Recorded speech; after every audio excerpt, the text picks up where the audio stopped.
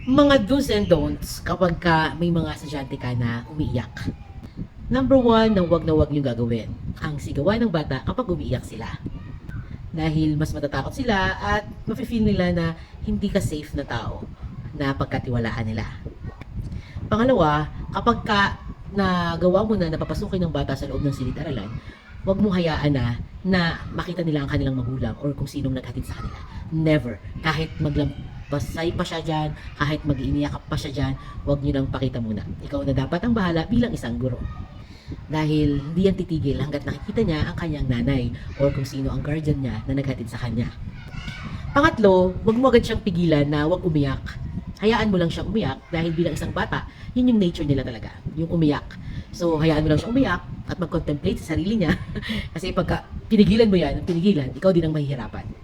Dahil alam naman natin, maya-maya lang ay titigil na yan pagka napagod na siya. Pang-apat ay wag mo siyang takutin.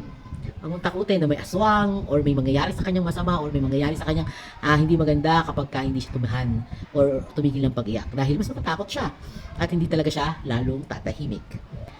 At number 5, syempre wag niyo muna siyang uuwiin kapag talagang iyak siya ng iyak at ayaw niyang tumigil.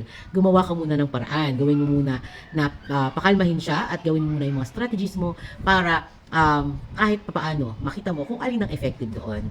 Kasi pag pinauwi mo siya, sigurado hindi na yun talaga papasok ever.